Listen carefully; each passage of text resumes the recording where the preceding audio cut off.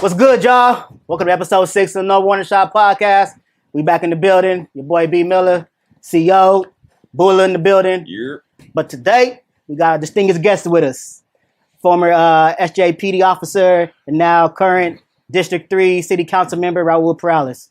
Welcome to the pod, bro. How you doing? Happy to be here, man. Thank you for having me. Thank you, man. We appreciate it. We appreciate it. As y'all can see, normally we would be outside in the compound, but it's hot as hell out there. So we had to get a little bit bougie and move it inside. Yeah. So we wouldn't melt.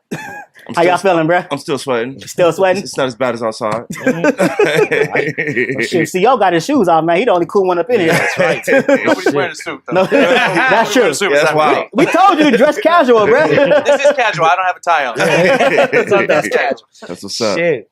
All right, on. No, we appreciate it, man. Well, how you been? How you been doing during this pandemic? I'm good, man. You know, staying at home, it's, I think we're looking at what we have, counting our blessings, right? So we both work from home, my wife and I. A lot of people right now are fortunate, right? They lost their jobs, right? They're on unemployment. So we're counting our blessings. We're able to work from home. Mm-hmm. We don't have a school-age child, right? We got an 18-month-old. So we're not having to teach them. We're not having to play but teacher. Having to chase him, though. But we're having to chase him. Yeah. And, you know, he's definitely getting, he's cooped up. Yeah. You know, we're cooped up. We don't have no yard, nowhere to go. And, you know, all the playgrounds are closed up and stuff like that. So certainly. It's being safe, though. Yeah, but being safe and you know, being able to stay there. We did come back to my mom a couple weeks ago for childcare on Tuesday and Thursdays. Right. So that way I could actually go into the office for the council meetings on Tuesdays. Okay. But we're doing good, man. We're holding up. Okay. Glad to hear it, man. Glad to hear it. Hey, as we said before, Raul is a former San Jose police officer, and now you're the current D3 city council member. But we know you as RJ. We go way, me and you personally, we go way back since, second grade? Second grade, yeah. Second grade, yeah. RJ has been one of my closest friends since second grade. Bulla, I think you know them probably just as long. Or I was like, we ain't known each other for second grade, but it's been years, though. It's been years, all right? It's been years, definitely School, years. maybe at least, so yeah. Probably, yep.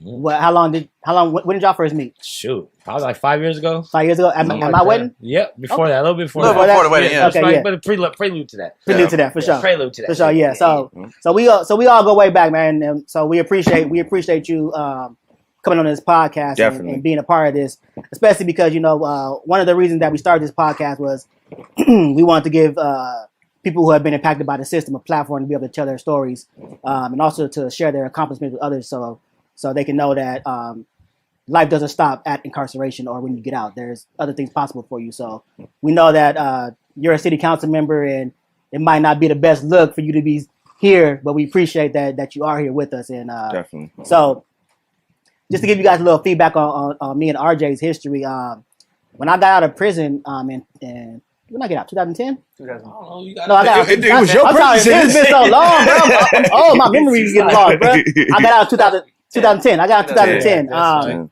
And the way parole, 10 years ago. it's been 10 years. Crazy, that quick, bro. That's crazy. Look what we accomplished, though. Look where we at now. Mama, we made it. Exactly. But now the way parole works is usually wherever you catch your case at, you have to parole back to that county. Right. Unless you get a waiver or hardship. Yeah. So which we can say that's fucked up off top. Exactly. But that's how I got experience with that because so before I paroled from High Desert, I had supposedly got a waiver to transfer my parole to Alameda County because my family no longer lived in San Jose. Right. So the counselor said they had already done our paperwork. They told me everything was good. They just told me when you get out, check in San Jose. They already know what's good. You can and you'll be able to parole back to Alameda County. Right. I get out. That's a lie. That's a bold-faced lie, man. I get out. I go check in San Jose. They tell me we don't know nothing about that. Right. You got 24 hours to find us an address here in San Jose, or we're gonna send you back to prison. Right. Yeah. So you had a room ready. Yeah. You know, I mean, yeah. So I had everything. So like I said, my family lived in the East Bay. Mm-hmm. I had a support network. I had a family that was ready to take me in. After doing 10 and a half years, I didn't know nothing about the streets, bro. Like I had been gone for a long time. I needed that support system to have my back to help me stay out, which was in the East Bay. But parole didn't care about that. All they wanted was you got a parole here, find us an address. So they literally told me you got 24 hours to find us an address or we're going to violate you and send me back. Right, exactly. And this is where RJ comes into the picture. RJ, at the time, RJ was a San Jose police officer. And RJ and another good friend of mine, Patrick and Nikki, they were all living together. And he opened up his door to me. And you guys let me stay with y'all for about a year. About a year. Yeah. About a year straight. Yeah. So I know I told you 1,000 times, but I thank you for that, bro, because that was honestly the first step in helping me stay out of bullshit. Mm-hmm. Even though I was wild when I got out, like I was wild. I was still wild when I got out, bro. But you guys opened up your door to me and allowed me to live with y'all for that year. I really appreciate that. So, but I know as you being a cop at that time, I know you caught some flack. Shit, I caught some flack. Niggas looking at me like, bro, who you living with? Living with the police.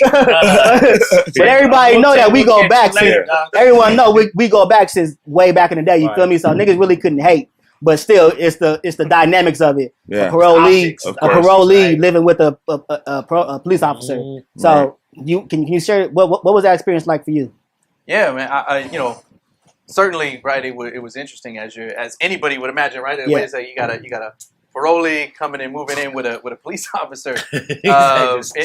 Right. I think it struck so many people as it would right now when we're talking about people like, wait, that just doesn't make sense. Right. But for us, it did, right? Because that's not who we were. That's not right. I never looked at you as RJ, as Mr. Peralez, the police officer. You RJ to me. Yeah. I mean, we, as you said, growing up since we were little kids playing t-ball together, going to school together. Right. I mean, we had a friendship and it went well beyond whatever history past that we had. And so, and I've always, whether when I was an officer, when I told people, and even now today as a reserve officer, I let people know that, that's a role. You still the police? Yeah. Y'all ain't nobody got warrants, right? Man, we good. So hey, I would see him parked in his car over by the neighborhood and be like, yep. That's Raul. He's not gonna chase me down. That's why he might have though. That's why I never wanted to work the West Side because literally I had arrested some people that we went to high school with. Right. And I was like, I need to avoid the West Side. Right. And so it's too common, right? Isn't that crazy? Yeah. Shout out to West. And they're like, really, RJ? You arrest him right now? Right now? I know your family. Really, Pac-Man? And it's like, sorry, man. Yeah. That's gotta be a tough situation. I'll put the AC on for you. No. It's like, yo, man, I'll give you 5 seconds to run. 5, got you. Let him let out, man. Club status, right? But yeah, did you ever experience any type of did you catch any heat while you was from inside the force? Yeah, I did, man. But it was individual officers, right? Similar to what you were catching, right? Where people are kind of going, well, what is this? Right. I had when I was applying for the police department, one of the things that would get you fired from the get go is not disclosing, right? Like people are always all nervous and they maybe I don't want to say this. When I was applying for the police department, I told them about all the weed I smoked in high school. I told them about you because I was visiting you in prison already, right? And so visiting, writing letters, And so do you know so-and-so? Have you and I divulged it all, right? And so it actually, was that honesty, right, that actually kept me employed because they're like, hey, look, what's worse is when you hide it. Yeah. And then we think like, wait a second, what are you doing? Why are you hiding it? What's going on? What else are you hiding? And so hold on. When they ask you, so how many felons do you know? Were you like, like, what do you need to know? Like, don't know? Or? I need a notepad. So can I get to my high school? The list wasn't that long. They expect you to have some encounters. Yeah, of course. Yeah. You're a normal person. We're humans. Right. What they want to see is honesty. That's what they want to see, right? And if you're not honest and then there's they're thinking there's got to be a reason you're hiding it, but regardless, they can't deal with dishonesty, right? And so from the get-go, right, they knew about you. In fact, my backgrounder had looked into your case, right? Had looked into everything. My backgrounder was able to get the letters we had written back and forth, right? Oh, wow. And see the exchanges, and he knew the number of times because I told him here's here's who he is, here's when I visited and where I visited and stuff like that. And so they knew all about that. Right. So it wasn't some secret or anything that was like, oh, okay, well, Raul knows this dude who's doing time, and then now, right, he's getting out. Right. What was a surprise, even, right, for both of us was, all right, well, now we're gonna live together. Yeah, now I need someone to live. Let's push it a little further. I went back to the same mentality, right? Immediately, I disclosed it to my sergeant, right? I said, hey, like, here's one of my best friends from elementary school, right? And it's the same guy that I told the PD about. I've been visiting in prison, and he got out. Right. And I told him the story you just said. Yeah. And I said, so, right, I'm opening up my door, right? Like, it's me and our other best friend. I said, and we're going to give him a place to stay, right? And I said, but I want to let you know, so that way it's not like some sort of surprise and you guys are thinking, oh, like, what's going on? Right. And so I ended up disclosing it to my sergeant. We were able to work that out.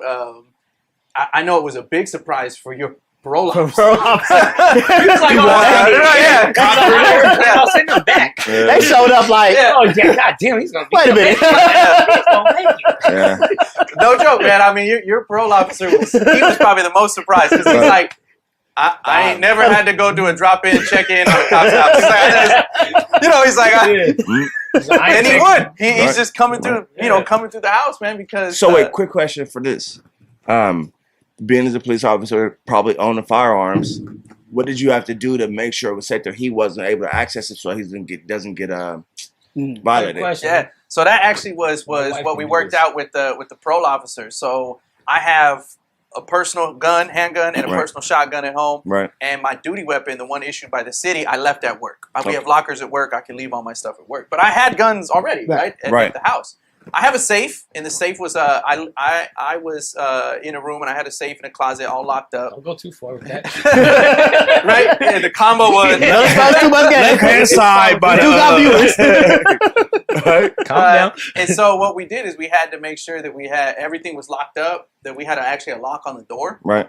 And because there had to any common area, right, that he had access to, the parole agent had access to, right? And he couldn't have access to any guns, and the parole agent knew what where I let him. He came through, saw all my stuff, saw how it was locked up. I had to walk it through with his parole agent to make sure, because we also didn't want him violated, right, for anything like that stupid. Right. And but that's how we worked it out, right? Sort of locked up rooms. Because anything could have got it violated, so that makes sense. Yeah. Right. Yeah, definitely. But I did, right, and you remember, right? I mean, the time when you got pulled over, right, and there was those officers that pulled you over when they're like, "Wait a second, who are you living with? What's your address?" And it was individual officers, right, that I would get some heat from, right, where they're like, the same thing again, probably that you were getting, which is, well, why are you going to let this ex-convict live with you? Right. And I'm going, this is my best friend. Yeah. Right. Like I don't see it that way. This is a man who's now back out, restarting his life. Yeah. Right. And you're telling me that I should let my friend just go suffer, go figure things out on his own, and that's not me as a human being. Right. And so that's how none of us should be. Yeah. So I didn't mind it. I addressed it, like I said, and my sergeant was super cool, man. I mean, like the fact that, like I said, I divulged it to him, and it went back to that same honesty where he was like, you know what the difference maker here is, right? Is that you're just real with it. You're upfront, you're honest about it, and that way somebody can't come around and be like, hey, wait, how long has this dude been living with you? And you didn't say anything, and now so are you trying to hide something? Right. So do you never think had that problem. Do you think the police academy or the police force is actively looking for people who have life experience like you, or not people who just live somewhere else and never been around? Yes, but there's a borderline. There's a borderline. Yeah, right. So I almost didn't get hired. And I almost didn't get hired for two reasons. One, because of the amount of weed that I had smoked, but I was honest about it again. Wait, so real quick. So when I asked you how much weed you smoke, what did you say? No, pound. £1,000. Look, quite honestly, I was like, you don't count it, you don't. You don't. And here was the reality, right? Is that I actually had at that point in my life, in fact, now even to this day, I've never bought weed. I've never paid for weed. Right. Like never once. Yes, No joke. Right. In high school, I'd go to parties, right, and hanging out with friends.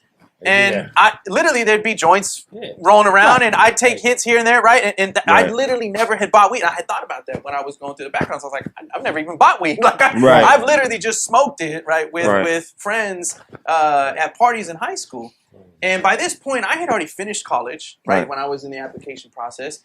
I had a degree in math from San Jose State, first in my family, right, to graduate. And I got my state socks on because I know Brandon. Brandon just graduated. Brandon just graduated with his master's. So he got a higher degree than all of us. And so, I had just graduated and with a degree in math, right? So, in fact, numbers are my thing. Right. And so they asked, and it was a quantity type question. And I said, I can't. I mean, are you talking like he's like wait here or like, so I just said, look, like I said, I can tell you. So I was super honest. I can tell you, right, that the number of times that I have taken a hit, I'll make a guess, right? Because I literally could because I hadn't actually smoked that many times. I hadn't gotten high that often. I wasn't somebody that was smoking every week or anything. It was literally, I'm going, okay, I went to a dozen parties or so every now and so and honestly, right, it was that conversation that it got me kind of called into the back room, and they were like, "Okay, we gotta go deeper too." And so smoked 12 times. Have you ever sold this shit? And so anyway, but we had a more heart to heart type conversation about it, and I let them know, and I said, "Look, this is the reality," and again. I think it was the honesty, right? That where they're like, "Oh, okay, this guy could have easily said one, right? How many times you smoke? Oh, I tried it once, right? Like, or Bill Clinton did, right? Like, I did it in hell. I did it in hell, right? And I was like, that's where it gets outrageous. That's not me. And in fact, even as an elected official today, I'm not shy about it, right? Like on this podcast here, I'm not shy about it. I've told people already. I'm like, look. I divulged it to the police department in my background. If I'm willing to divulge it to them, who are you? Right? I'm divulging it to everybody. I don't mind. Like that was a part of my history. You got to be authentic in everything you do. And in fact, right my mother-in-law passed away from cancer. Rest in peace, right? Rest in peace. My dad too. And when she was going through cancer, she had never smoked weed in her life, ever, right? Ever was against it. When she was going through that battle with chemo, right? We tried to convince her. She finally tried it, right? And it literally helped her go through that battle, right? And so there's so many, as we know, we don't have to get into the conversation of marijuana, right? Because there's so many positive aspects. And in my mind, it was like taking that stigma away. And so that's where I wasn't afraid of it. I wasn't going to Bill Clinton. That was going to, and so. Legalize weed, Joe. Well, now we also all have a mutual best friend, David Jackson. David Jackson. Same thing. He wasn't smoking, but he was eating the edibles, and it was helping him out. It helped him out, yeah. I mean, there's so much benefits to it. Definitely. Hopefully, we'll get there on the federal level one day, Joe. Mr. Biden? I don't know about that. We'll see. Hopefully.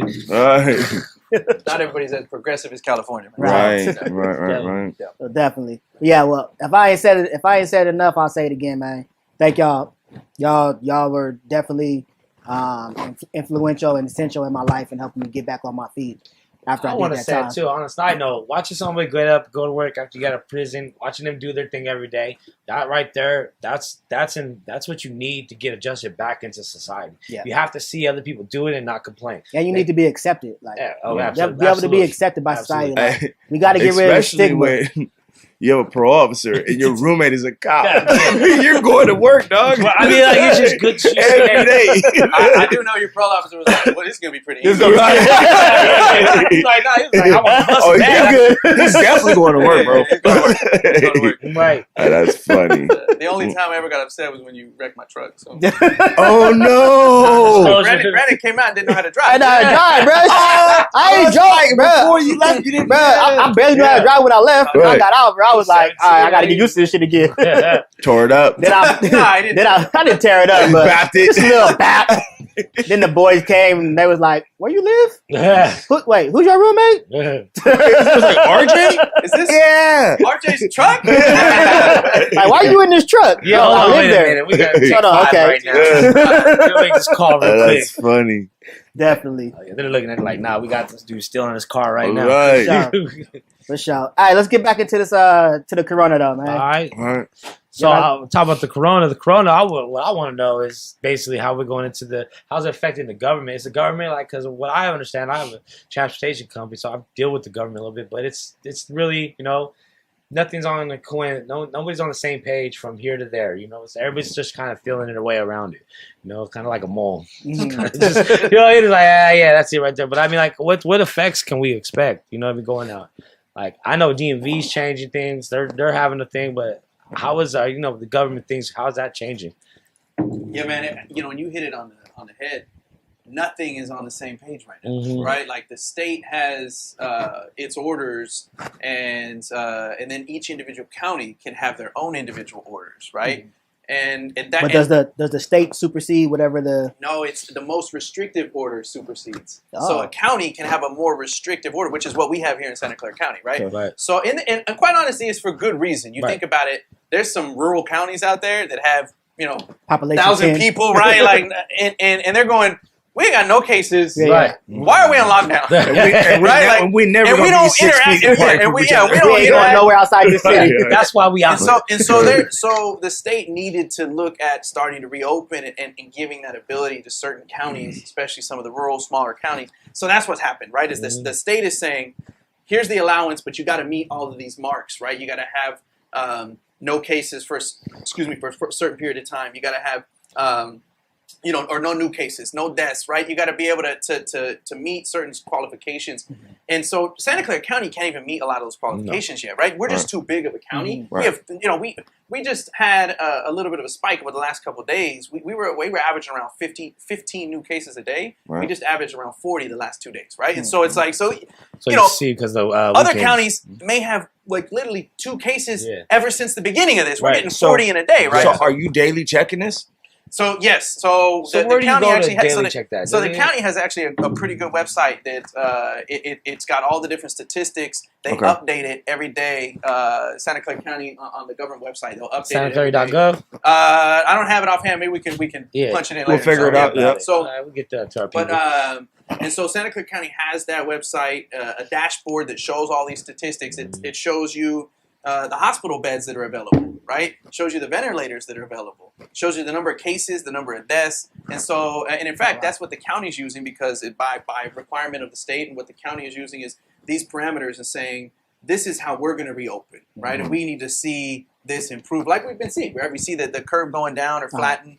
The hospital beds is a lot more capacity now. So there's a lot of good indicators, but the problem is that there's a lot of confusion, right? To what your point is that just people are like, wait, I'm hearing that this is open and this, over here, this business is, why not us, right? Yeah, and it's super confusing. There's no uniform, right? Well, and the communication has been poor, honestly, right? It's no knock. I mean, the county has been trying to deal with a pandemic and a crisis, and so unfortunately, communication and communicating it in different languages and getting it out on different media.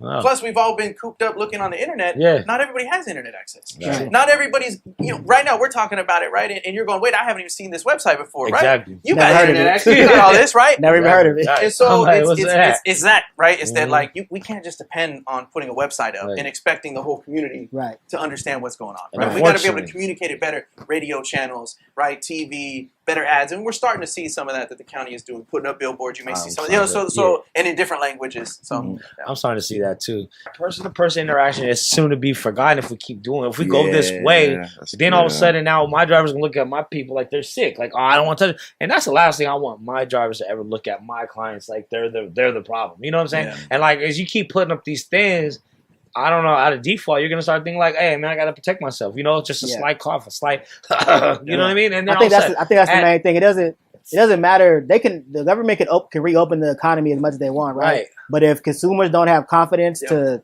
get back out there into the economy and spend their money or function the way it was, that's not going to make a difference. You know what I'm saying? Yep. So I honestly believe that as a society, we're going to have to learn to live with these new norms. So I ask a question. So society might have a way of dictating what's going to be the new norm now? You know what I mean? Set apart from the government? Society always does, man, right? Yeah. So the government makes these policies and rules and regulations, and they'll cause this. Like, right, we shelter in place, lockdown, right? Yeah. They may be the impetus for certain things, but what happens afterwards, what transpires, what stays, that's society, right? Because at some point, the government orders are gone. Yeah. Right. But you don't need a government order if people just right are acting differently. While we're on the coronavirus, I'm gonna plug what we're looking at. Get some of that good hand sanitizer one time. Man, all right, let's go. Thank you, sir. So let's go.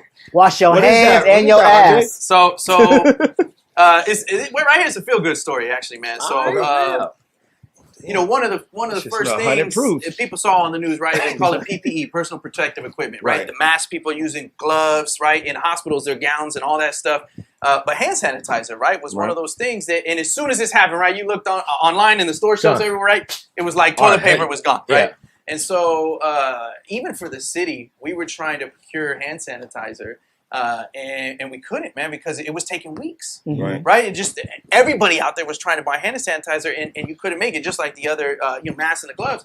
And so 3 local companies, small business manufacturing, 2 distilleries, one here, South Bay Spirits, that makes a vodka that I brought here. This was Brandon's gift for his graduation. Black-owned business. Black-owned, minority-owned business, black-owned business. And in fact, he grew up with D-Mac. Okay. And so his mom and D-Mac's mom were best friends growing up. They grew up together actually in South San Jose. Nice. I learned that yesterday when I was picking up the sanitizer in the bottle. Right. And so small world, right, on how that works. Of course. But he was actually the first as a distillery to start making hand sanitizer, because in a distillery, right, you have all the equipment. You're fermenting. You're making alcohol, right? You have the distill everything, and you don't have to make drinkable alcohol. You can make hand sanitizer, right? And so he started it. We have another small business called 10th Street Distillery, and they're making whiskeys. They kicked in, and then so did Gordon Biersch. Gordon Biersch, the brewery over in Japantown.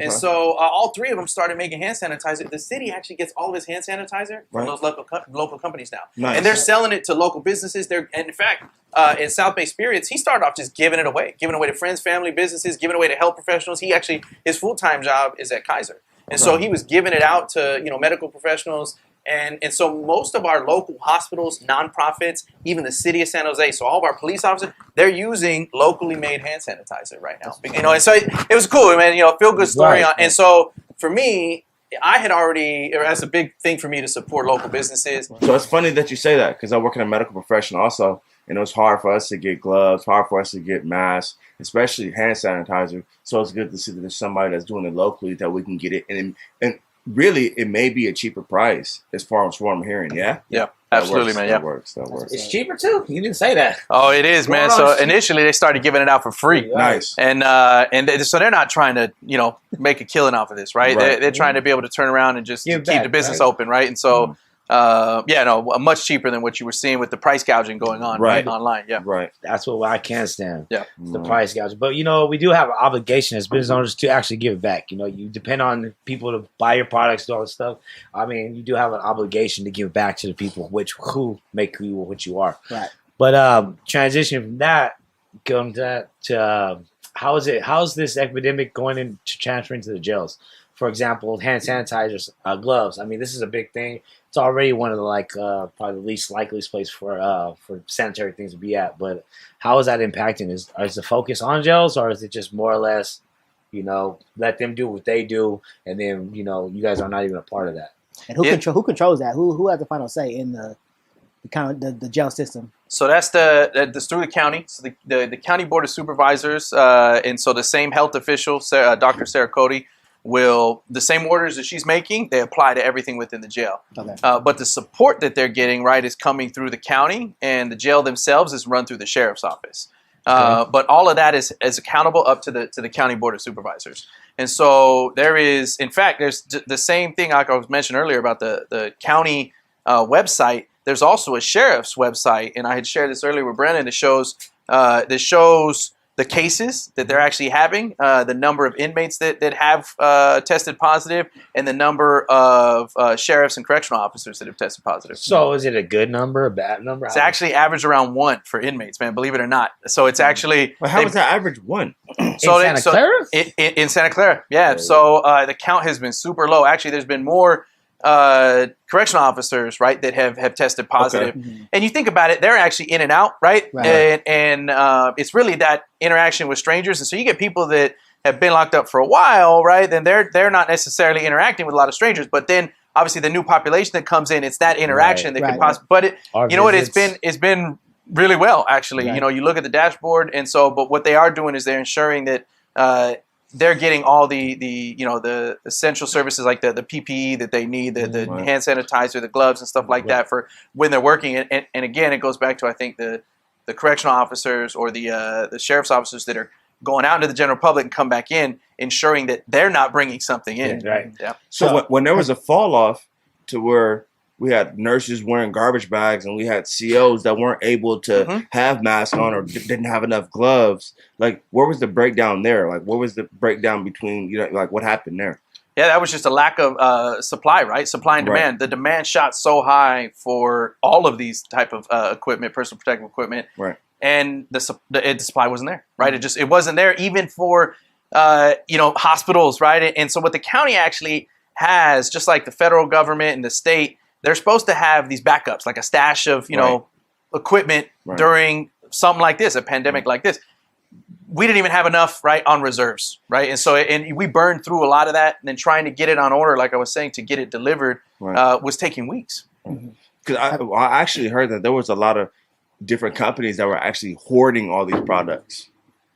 And so that's why we weren't getting it. Does that make sense? Or? There was individual hoarding going on, right? Like when people run into the stores and overbuying stuff, over-ordering things. Right. That was it all played in. It was all a factor. But we fortunately, right, we are out of that, right? We now have enough stockpile in reserves. That was one of the indicators that the county had. They said, look, we need to have enough reserves of PPE before we go to start reopen the economy again. Right. So when we went to the to go reserves, that's our tax dollars working that, right? All of it. That's what funds it. Yep. Right. So, have you did you notice? I know when the corona hit, they shut down the court systems. I know they started releasing low offenders who had low priority non-violent cases and stuff.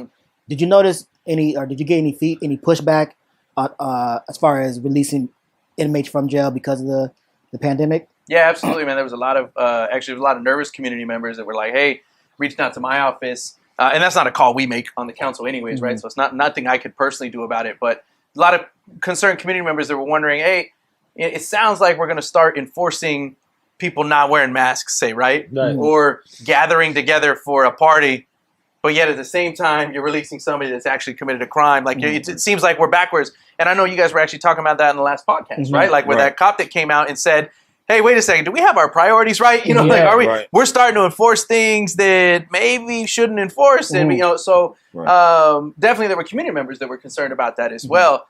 But I think the system in place was not meant to release somebody that's a violent felon or a threat to society. It's meant for low violent offenders and stuff, right? Yeah. There was some cases on certain judges that I know that our chief of police here in San Jose took. He contested, right? And he said, hey, I don't agree with that person being released. There was few of those, though, fortunately, for the most part, because the district attorney's office was able to chime in as well. But at the end of the day, this is the judge making these decisions. So.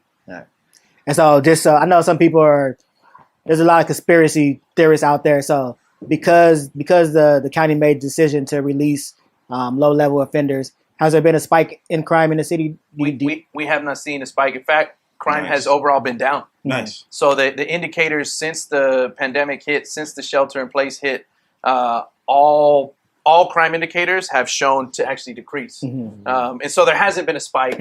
Certainly, I think there's people out there that may take advantage of things. You have businesses that are closed right now. Right. So you get, somebody's going to take advantage of a business, So I think those things may be happening, but there hasn't been a spike or an increase in crime that you could tie and correlate to people being released. And I think those type of advantages work both ways, because there's plenty of white-collar crimes, fraud crimes that are going on right now. People are taking advantage of stimulus money going around. I got frauded. You feel me? Like so it's not just what I'm saying, the typical criminal that we think about. There's also a whole nother level of people who are taking advantage of situations. Yeah, you saw like some of that hit the news, that guy down in LA, right? Like sophisticated type of crime. This guy's out there trying to sell a cure, right?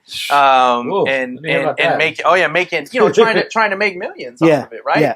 And that is happening, to your point. Yeah. The white collar, the people trying to take advantage of others right now. Internet, through the internet, because of all the people that are using, right? Everybody's, and so people trying to hack into your systems, and so I got it with student loans. I call my student loans, and they're like, there's somebody I just Googled my thing, whatever, right? Called them. And they get all my information like it was normal thing. And then they sent me to the real people, sent me over. I'm like, yo, I just gave all my information out. They're like, we're not associated with those people. I just gave all my fucking information. They got me, dog. Like, right off the bat, like, I was like, hold on, man. And they had to spill down. Everything was perfect. I was like. Made you a believer? I was not. I was still skeptical. But, you know what I mean? But I'm like, I had to get this out the way. I wanted to understand because it's personal, but you know, I mean, I had to clarify. That's why I don't answer no calls. If I don't got your number saved, them, though. You called them. I Googled it. I just Googled it. And I just called the first number. You know what I mean? The second number, not the first one, but the second number on top. I just dialed that one. You know what I mean? And they transferred me over to the real people. And yeah, man, I ain't even calling the police. Like, yo, man, we got shit going on over here. Fraudulent shit going on. Come on. And so, hey, speaking of your student loans, you guys saw that you no longer need the SATs or the ACTs to get it. That's you mad. I know you mad because you had to go through all that. You had to go through that. You had to go through that. And that's crazy. Right? That's gonna make a big impact. There's a lot of people who aren't good test takers, bro. Right. But they do hella good. Right. You know what I mean? But the main problem with the SATs and the ACT is that the way that it's formatted to advantage a certain certain class. You feel what I'm saying? So it doesn't take into consideration the way that certain communities learn and take in knowledge and stuff. You know what I'm saying? So it's not really a standardized test. So the good thing about them no longer doing that is that's going to be able to allow a lot of people from a lot of disadvantaged neighborhoods and communities and some of the poorest schools in the state to be able to get into these state colleges and universities and stuff. So the standardized testing, there's a lot of people that excel doing that kind of test. Right. But there's a lot of very smart people out there that's not where they excel. Yeah, I mean, they may be one of them. Yeah, they may be extremely smart and be able to do extremely well in college, and never get that opportunity because they couldn't get a high score. Definitely. It's crazy how that works. Mm-hmm. And I heard that today, and I was like, wow. Hey, even though it's crazy, I remember when that was like the biggest thing. Right now, you know what I mean? Everybody's missing their pat on the back when others graduate. Mm-hmm. I mean, all the graduates, it's very important to understand you did something out there right now. Hey, shout out to the class of 2020. Right, for sure. There's a lot of people get robbed of this, and I think, I'm not saying that they're not going to do well in life or nothing like that, but it really helps propel you when you see all your family, your friends, everybody gather around to see your success on a scale that we think is minor, but it's so huge in the big picture of things, And right now, we're not getting that. What don't break you make you stronger for sure. Definitely. For those who pushed through this and was able to, on the back, for sure, you did that. Right? You know what I'm saying? Just give yourself that props because it's very important. Definitely. Okay, so one question I have for you, RJ. So we've all grown up together and we've all went different ways in life. What made you become a cop? My mom asked me that same question. Shout out Baba P. Right?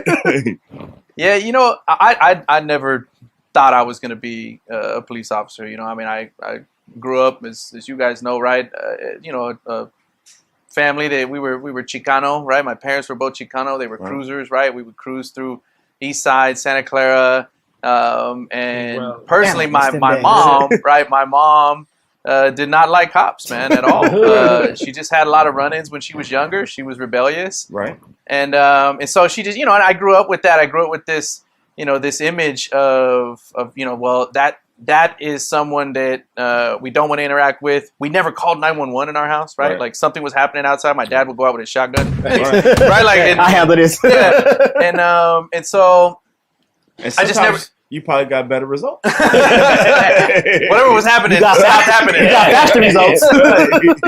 And so it just, it was never something I thought I was going to end up doing. Now, I personally didn't really have any issues with cops myself until I started driving, and I was driving myself a 65 Impala. I was, Chicano cruiser. Oh, yeah. I wasn't a gang member, nothing like that, but I was, I love lowriders, and I was cruising, and I used to get pulled over all the time. Right. And, for the most part, actually, all the cops I dealt with, I was pretty straight up and respectful, unlike my mom usually was when she got stopped. And it went both ways, right? Like I got pulled over by a lot of cool cops that I didn't get a ticket, nothing like that. It went cool.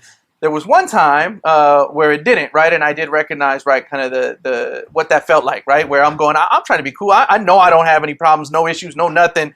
but yet I'm being treated like as if I do, right?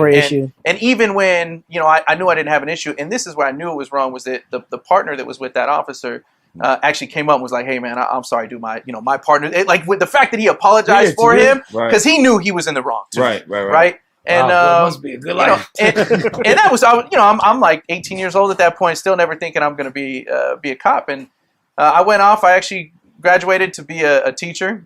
Started substitute teaching. Right. Actually, you know, spent some time substituting in juvenile hall back where Brandon was. Obviously, not while he was there. I was long gone by. Yeah, long gone by then. How old are you? I was long gone by then. And it was like teaching. I realized, man, I was like, I don't want to do this for the next 50 years, right? I enjoyed subbing, right, but I didn't want to be a full-time teacher. So I went back to school. To be an EMT, so emergency medical technician. Okay. And you know, I still didn't know what I was going to do or what I wanted to do with my life. And I started working as an EMT. And my first boss said, you know, you can't be an EMT forever, right? This is like a part-time type of gig. You got to figure out what you want to do.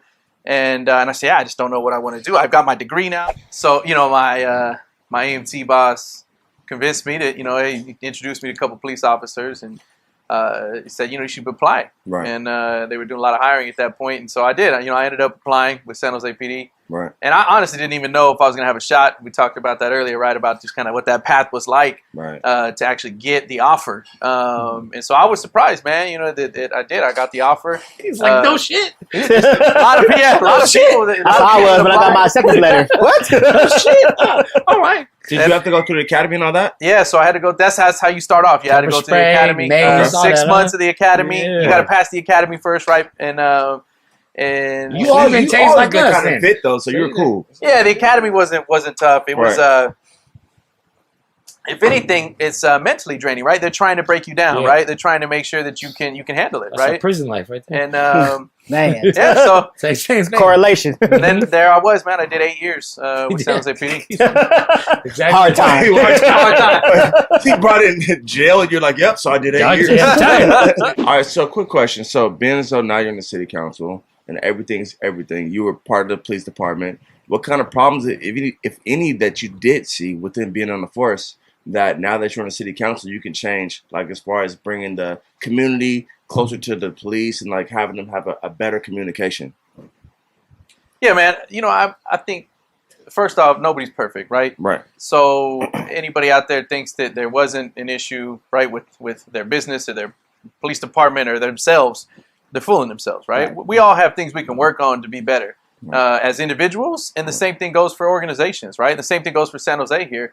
San Jose PD is a pretty damn good police department. As I said, back in the 80s, we started being more progressive, and we're known throughout the country as one of the more progressive, one of the more sought-after police departments.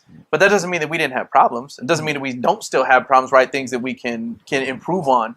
And so, for me, one of the biggest things that I think that I saw was what type of actions that officers undertook that gained them accolades, and then what type of actions didn't really gain you accolades.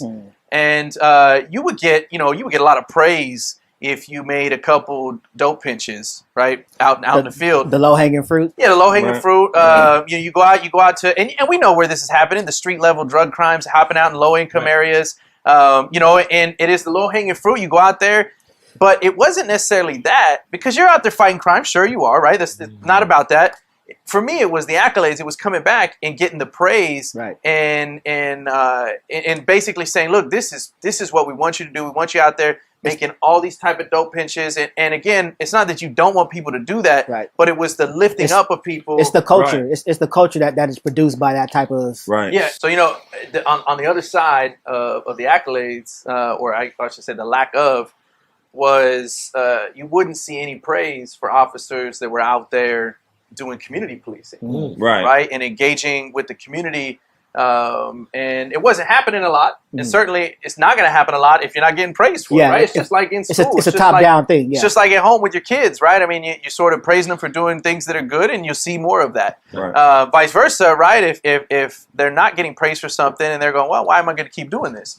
And that's the same thing for a young officer, I think. And so I wasn't seeing a lot of that. There is more of that now. And to your question, Bulla, right? That as a council member, I've been able to help, right, to be able to craft some of that where we ensure let's make sure that we're getting well-rounded activity out of our officers. And certainly we want them out there fighting crime. That's the main goal. Right. But at the same time, in order to fight crime, you need to have trust of the community. Right.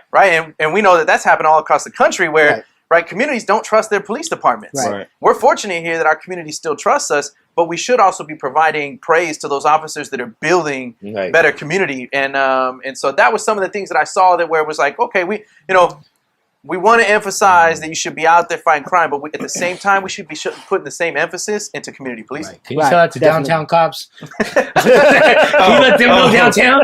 Hey, y'all, can you let them know that they shouldn't be just wrapping people up coming out the club? Well, messed up. You understand why that is, though, because there's so much money invested in downtown. But there's so much more with community policing, like you saying. No, but I'm saying that area is targeted because there's so much money invested in that area that area can't have a bad image. You know what I'm saying? But you're on your birthday party. Boom. Get out the club. Boom. Next thing you're in jail. Boom. For drunken plug. That's what Sounds APD does. That used to happen a lot. It used to happen a lot. So you've been an officer. So what's the deal with the cops sitting outside the clubs, knowing everybody's drinking and arresting everybody for coming out drunk in public? It's the low hanging fruit. So actually, and this has changed over the years. It used to be back where the bars individually could pay a cop to stand in front of their club, right. And they got paid by the bars themselves. Oh wow! We did away with that and went with a model where they all kind of pay into it, and the city takes over responsibility, where we have officers down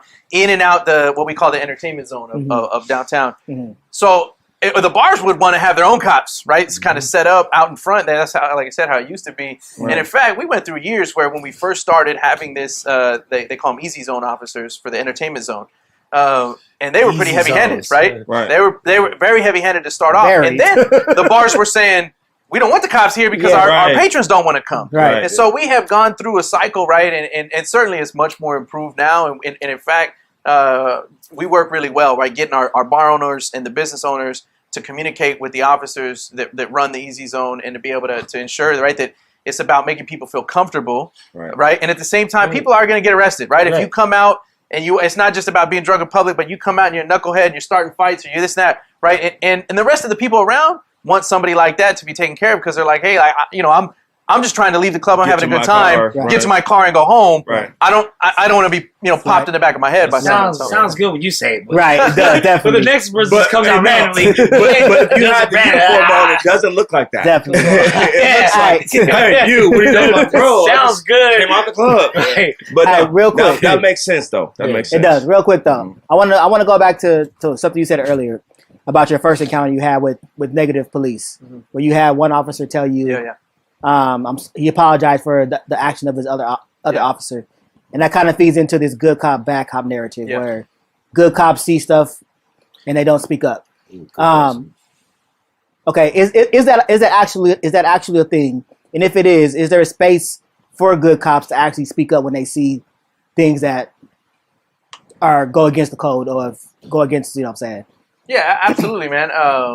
And we had to dance around it. I mean, the concept of a thin blue line, right? And saying, hey, is it out there? Is there something that you just don't turn in another officer or something like that? Thin blue line, I like how you use that. Yeah, thin blue line. And it's they can practice. Like that.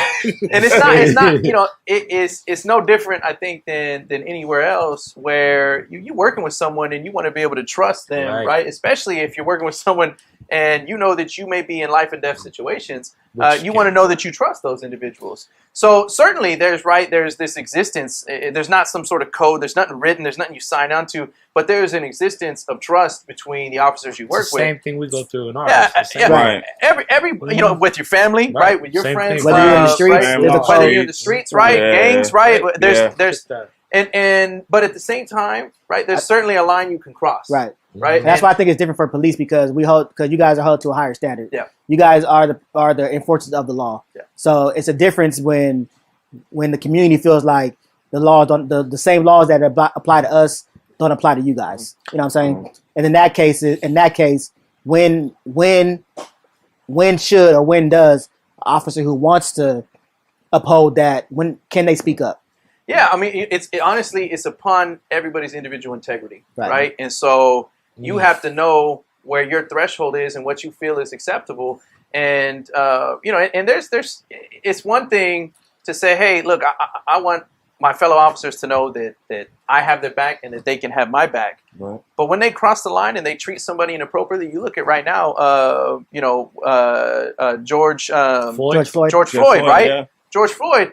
And there was four of the cops there. 4 of the cops there, right? And nobody stepped in to say, hey, back up. Right. You know, you're doing too much, bro. Like, get off his neck, right? Get off his fucking neck, bro. It's simple. And you can't just sit there and assume again that like, whatever he's doing is perfectly fine. And you would hope that people have the conscience in their head to go, wait a second, like this ain't right. And that happens all the time actually in policing, right? Like nobody's perfect. But you guys are taught to take control of the situation right away. Right. So absolutely. Day one, you're like, you got to control. Like, there's no parameters what that control actually means, right? What does control look like? If he's doing surrendering your control. But there needs to be a There needs to be a. If there's one person that has one guy down and he has his knee on his neck and there's other officers just standing around and they don't have to do anything, I think that's kind of out of pocket. But I think control is a dangerous word when you say you got to be in control. Right. That's a dangerous way to go, and then you understand what is the power dynamics. Right. You want someone to submit to you. When someone submits to you,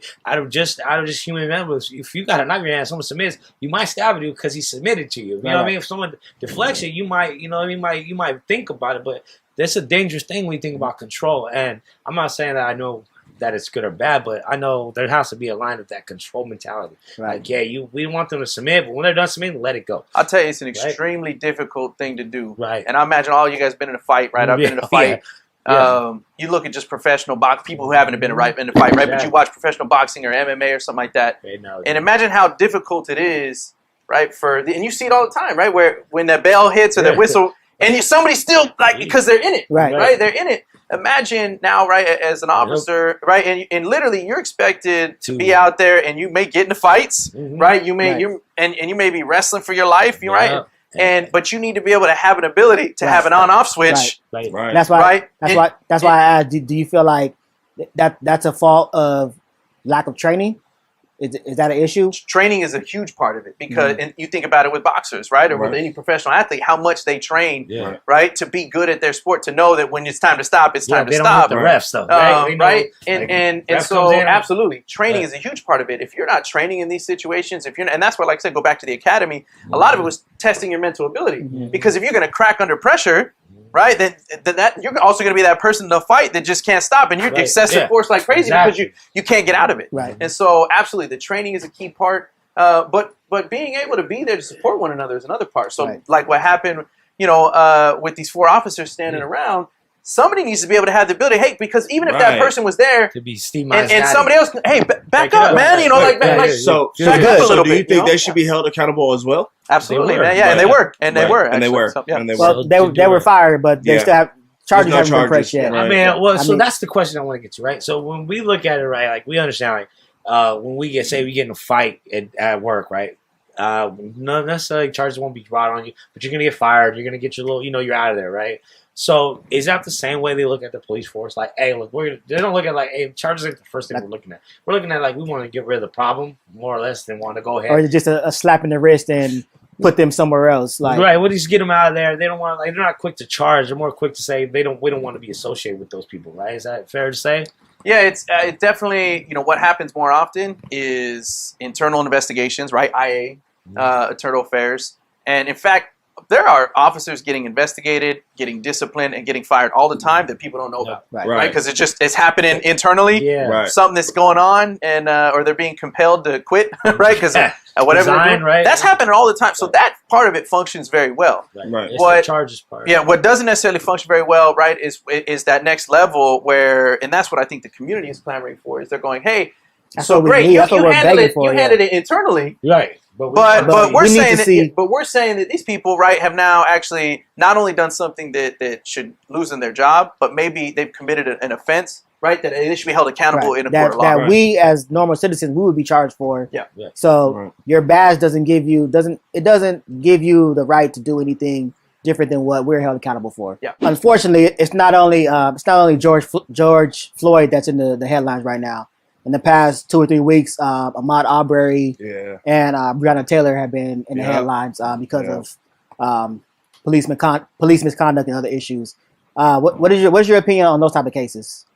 Yeah, I mean, this is terrible, man. It's a terrible example of where our culture and our society is still at today. Especially, you look at Ahmaud, you got two people playing cop, right? Not even officers. Yeah. And in the other case, actual officers, right? The wrong house, right? We would call it mistaken identity or whatever it is. Was going bad, right? And then with George Floyd, right? You have and in fact, what's happening with George Floyd, a lot of officers are actually speaking out because you look at what's happening there, and this is a technique that nobody's trained. You're not trained to put your knee on the neck. Okay, that's all I want to know. So that's not okay. In fact, San Jose PD a couple years back, 2016, we got rid of the chokehold. Right. And so I think that right in itself should have been a big red flag where those four other officers standing around would say, hey, you're doing too much. What are you doing here, right? That's not how you're trained to restrain somebody on the ground. And so, real quick. So do you guys get rid of those techniques as like a trial and error thing? Like, oh, we should do that because this ended up happening, or we shouldn't do this because this ended up happening? Or is it one of those things where in the beginning, it's like you shouldn't be doing that and the cops are just breaking the law as far as, or the ethics as far as the department?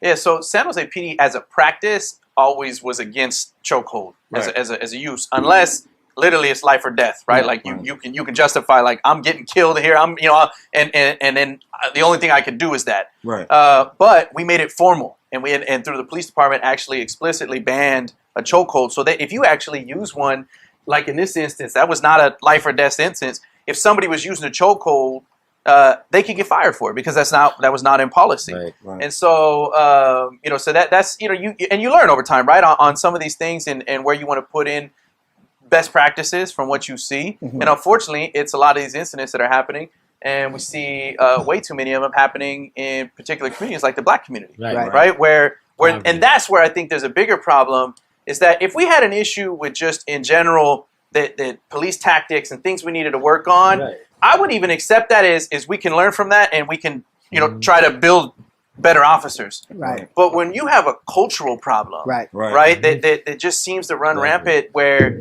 you still have discrimination happening, whether it's blatant, right, or it's inherent, right, and somebody just doesn't even necessarily know what stigma they're bringing into a situation. We see that all across the country. You can't deny it. At the same time, how do we say, look, this enough's enough? I mean, I understand. Okay, I guess this. When the rookie cop comes in, he wants to change things. How do we change him from getting screwed, his mentality screwed up by the older officers? Like, yo, this is how we do things now, right? Like the culture this is our culture. How do you change that? I guess you don't have the answers, but it's definitely tough for a rookie officer to make that kind of impact, and likely they're not going to. Right. It absolutely starts that type of cultural shift. Right, it starts from the top down. Right, we had that again back in the 80s, where that's where the first idea of community policing came around, and San Jose's community policing model actually sort of transpired throughout the rest of the country, and it's that level what it takes to actually implement that as policy and practice. The council can partake in that too, right? We can ensure that some of these policies get put in at the top level. It takes a while for them to permeate down, but when you get buy-in from the chief, right, you get buy-in, then that sets the example. It's really hard the opposite way. Okay. Let me ask you this. So I know the sheriff is voted in by the people, right? So do you think that my uncle was the sheriff? Shouts out to my uncle. For sure. So do you think that locally voting in officials, whether it's sheriff, whether it's city council member, voting in these people who uphold our values, was that a component in changing the culture? I absolutely, I think so. Although when you look at like Santa Clara County and you think, if that was a part of it, maybe we would have had a different sheriff at some point here. We have the longest running sheriff, right? Keeps getting reelected. And so I think on a surface level, you think, yes, right, that's a good thing. But in practice, the real problem is people not voting. So that's why we always that's the real problem. We've always said on the podcast, you got to vote locally. They only voting from this county. Yeah, for the Santa Clara County Sheriff, it's got to be Santa Clara County residents. Yeah. Okay. And I'm not saying that the sheriff shouldn't be as the sheriff, but what I'm saying is that this sheriff has been here so long. Clearly, the idea, the concept of when you vote in the sheriff, right? I think that would have changed. They would have probably had a new sheriff if people felt, hey, because we've had a lot of issues, right, with that county jail system. Right. So, if you change the San Jose police chief to be voted in, I don't necessarily know if that would make all the change in the world if you don't have the voters actually participating. Right. And that's why we always say that local voting is so important. Definitely. Because that's where the power of a democracy lies in your local officials. You have to vote locally because those people impact our lives more than anything else. If you have a felony and you're off parole and you paid your restitution, you can vote, correct? You can vote. Yeah. Good segue into this. So if I do think that should change. I know that you guys were debating that one on the segment. Absolutely. I think people should be able to vote about this. Here we go. No, my question, we don't need to rehash it over. No, my question was as far as like becoming a city council member. Say first you have a background, you have a felony. Is it possible to become a city council member even though? Absolutely. Even if you get expunged or like you can because I'm pretty sure like we've been through things and different people have been through things that have bad backgrounds, but like change your life around, that kind of thing. Can they still get on the city council? Absolutely. You don't even need your record expunged. Okay. Right? Getting into elected office is all about getting the most votes. Okay. There's no record involved, there's no resume involved, there's no criteria involved, right? There's age limits in certain, parts, right? You got to be over 18 and stuff like that. Certain elections for the president, right? You got to be over 35. And so, but that's, a citizen, right? Registered to vote, those kind of things. Right. Other than that, that's it. You got to go out there and convince the community. There's no electoral college. Escobar style. Not for local. Just for the president, man. Right. Unfortunately, right? We've talked about changing that. If we went to the popular vote, we wouldn't have our current president. Right. So that's why I think that's a shame. That's why I vote city only. Yeah. For California, I already know we're gonna do our democratic thing. You know what I mean? Like we're not. But we can't take it for granted though. No, we got to vote for sure. I would never take it for granted, but I can see a foregoing conclusion. Right. Because we currently seeing the Democratic presumptive nominee taking a black vote. I just want taking a black vote for granted. All right, well, I appreciate you having this conversation with us. It's definitely important that we get your perspective on situations like this because, as we can see throughout the country, this shit is definitely affecting our communities, and it hurts us.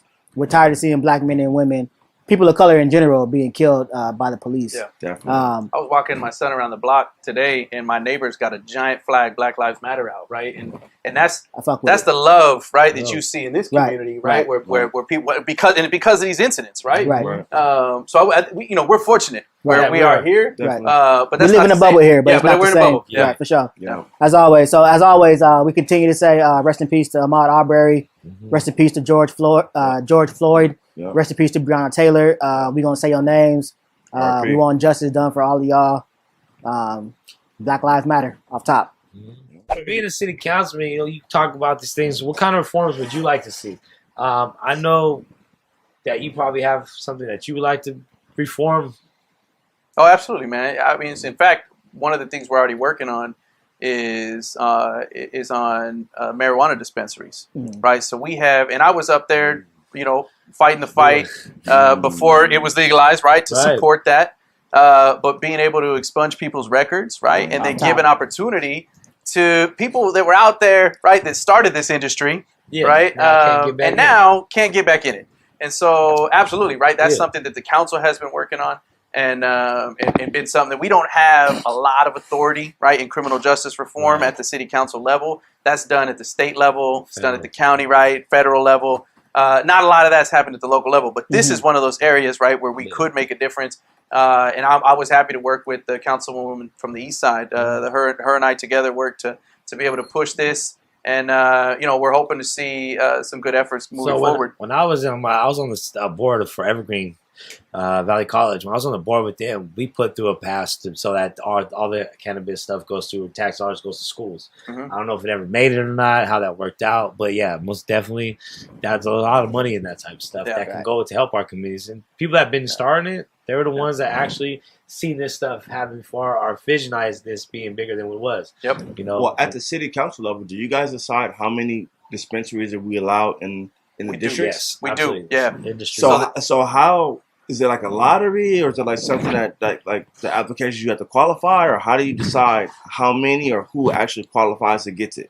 Yeah, so it's done now. So we have a limit, and we've hit that limit. Okay. And then now, if somebody wants to sell their license, they will that whoever they're selling it to will have to be vetted out through the city, right? And you have to qualify to take that license. We have talked about expanding it, right? Opening up more licenses in the city. When we first did this, the city of San Jose was one of the first cities, right, to allow the medical dispensaries, right, to happen. And so. We haven't updated that in a number of years. There's still a lot of cities right now that can't even get one dispensary, right? They put it in front of their voters, like Fremont, Mountain View, right? And their voters say, we don't want it. Of course not. Yeah, and so, but here, I think we have an opportunity to expand that. What's the qualifications? If I used to sell weed in the back of the day, like should not be on top of the list? Right. Is that not how it works? I'm curious. Case. One marijuana sales case. Proof. I'm curious. That's why we're trying to do that, right? We're trying to expunge records, right? We're trying to ensure that people that were in that business, right, are not now excluded from. Right. I'm curious. What's the current demographic of dispensary owners in the city? Yeah, majority of the owners are white. The majority, white owners. Exactly. Yeah, you're right. I mean, we need to fix that. Oh yeah, because initially when it started off, right? I mean, that's what it was, right? So these individuals, no records, clean. So yeah, that's where it's like, hey, wait a second, this is not equitable. Right. This is for all of a sudden you take an industry, you make it legal, right? And for the people that previously got caught for it when it wasn't legal, right? You're saying, no, you can't be a part of it. Because you got a record in which they were doing something that's legal now. Right. A person boggles my mind every day. Yeah, a person who has experience in doing this, now he's not allowed to do that. He has too much experience. Way too much. Outside of criminal justice reforms, because I understand that there's only so much that you can do on the city level, but I'm ready to run for office, man. You can do it, bro. Inspired me, right? You can do it. Anyone can do it. Anyone can do it. But outside of criminal justice, what's next for you? What other type of policies, or what else do you see in your future? Wait, El before you go there, huh? El Presidente. So there's a lot of schools that are getting funds cut. Funds cut. I hate that. So what are we gonna do Programs as far cut. as a community, as far as like, especially in your district, that we're gonna make sure those funds don't get cut or fight against those cuts being like done to our kids, like, you know? Yeah, that's one of the biggest things that we can do actually right now, and something that I've been working on for the last couple years is a more equitable distribution of resources across the city. And specifically what that means is that we are focusing on areas of need, right? If you and the reason I use the word equitable, does that come from tax dollars? All tax From dollars. Everything that we it's all taxes. It's accumulation of taxes, right? So businesses are paying business tax, right? And property tax, developers are development. So it's accumulation of taxes. But we're paying as well, right? Right. Yeah, and I use the word equitable because it's really important. If you have an equal distribution of resources, right, and you go, okay, we want to pave the roads and we're going to pave them everywhere pretty fairly.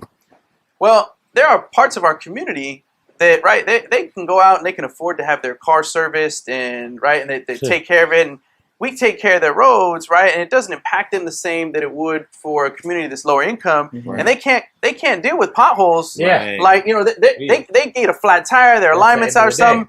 They may happened to me yesterday, bro. Pop my shit. And so it's just, and on top of it, you look at these areas, and you go all the way back to things like redlining. Right, and why are low income areas? Right. Yeah. Well, a lot of it's because of government policies from back in the day. So we have to recognize that. Why is East Side's always the poorest? Yeah, you got to recognize that the government played a part in making the society inequitable. Right. So now we should play a part in making it more equitable. And if we just say, no, we should be just divvying up the resources everywhere the same, then we're not going to be doing that, right? We're not going to be fairly. And so the same thing happens right now with cuts. Right. You know, if you cut if you cut evenly across the board, certain areas right now, right, you got kids that that they're on Zoom, they're going to class, their parents can pay for a tutor. Right. You know, mom maybe wasn't working already, and so she can stay home and take care of them. Yeah. Well, on the other side, you got somebody that doesn't have internet access, no tablet, right? Don't got a computer. They're both parents are working, right? And so so if you just make the cuts evenly, it's going to impact one part of the community more than the other. So you can't do that, right? You have to even make the cuts equitable and ensure that everybody has an ability to succeed. Right. So, that's a big task. Yeah. When you say like that, it's not easy, man. Is it possible? It's not easy, man.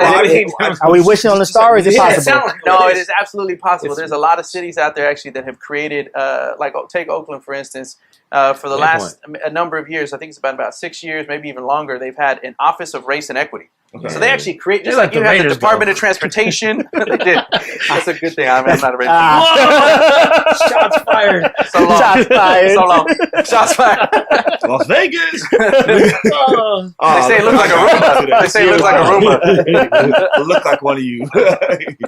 Well, yeah, man. I mean, Oakland has this Office of Race and Equity, right? And so they actually said, look, we actually want to create an established, office that's going to look at this. How do we actually factor in race and equity in all of our decisions? I tried to do that last year with the city of San Jose. How do we get support? Children and equity. They're like, no, we don't got time for that. Children too, right? I mean, that should be a part of it, but you have to make it a focus. You have to make it a core focus of your city. Okay. That's actually why last year, myself and what we call ourselves the Equity Caucus, it's 5 Latinos on the council now in San Jose. The first time we've had 5 in San Jose's history. Nice. And how many council 10 council members and 1 mayor. So there's 10 council members and then the 1 mayor, 11 of us. Okay. Right. And the 5 of us voted no on the budget last year because the budget didn't include this equity, resources and services that we wanted. Right.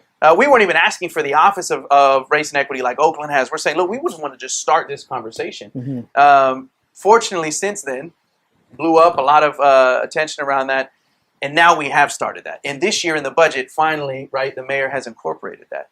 So it took some time, but we're still a ways away. But this isn't a pipe dream. It actually can happen, right? And we're seeing it happen in other cities where they're incorporating race and equity into their decisions. Right. But it starts with voting in people who hold your values. Locally. Absolutely, that's what it starts with. Yeah, you think about it. Like I said, if it wasn't for us 5 Latino council members, probably wouldn't be having this discussion. Right.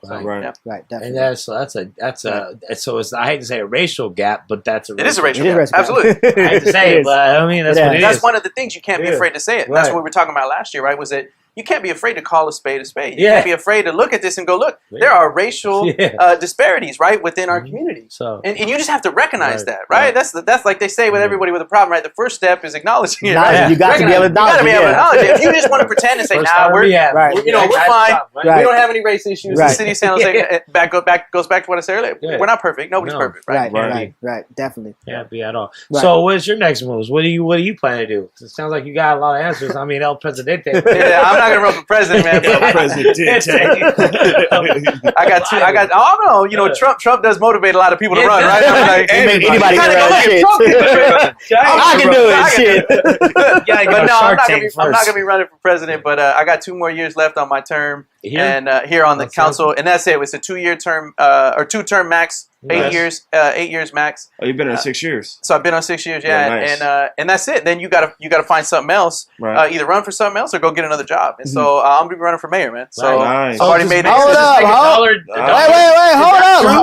up, bro. Mayors don't just make a dollar. Bro, hold up. Did you just say? Hold on. What did you say? I'll be running for mayor. Nice. You heard it here first on the No Border Shop podcast. Raul Peralez. Shots fired. Raul Peralez is running for mayor in San Jose in 2022. Yeah. For sure. I like that. Hey, I see you easily winning that. We rocking with you. 2022. We rocking with you. For sure. There's 2 parts of the job. Right. And most people focus on the actual job itself, like what I'm doing now as a council member. Right. So people go out there and go, I want to know what Raul's doing. I want to understand the policies. I want to know how to do that job. Right. You cannot do this job until you win for this job.